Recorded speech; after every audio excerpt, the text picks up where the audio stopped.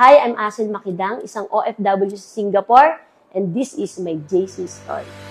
Ayan, so dati po isa po akong factory worker sa Bataan. Bago po ako naging isang factory worker, syempre po nung kabataan po namin is galing po talaga kami sa hirap. So nag-iisa po yung nanay ko na tumataguyod po sa amin tatlong magkakapatid. So by that time po, nung hindi pa po nag-a-abroad yung nanay ko, talagang sobrang hirap ng buhay. So ang nag-aalaga po sa amin noon yung lola ko. Kaya po, hindi rin po ako nakapagtapos ng college. And gusto ko po, pangarap ko din po sana na makapag-aral at makapagtapos. Kaya lang kulang na kulang po yung sustento na binibigay po ng nanay ko. And so, ang buhay ko po noon, hindi ko pa po nakikilala si JC. Nung time na yon, ang nanay ko is nagkaroon ng chance na madala po ako doon para magbakasyon. Kaso po, nung andun na ako at matatapos na po yung bakasyon ko, ang sabi niya po, bakit hindi mo itry na magtrabaho sa ibang bansa? Kaya minsan, nasasabi ko sa nanay ko nung time na yan, ang dami niyong ipapamana bakit yung pagiging OFW pa. So, nung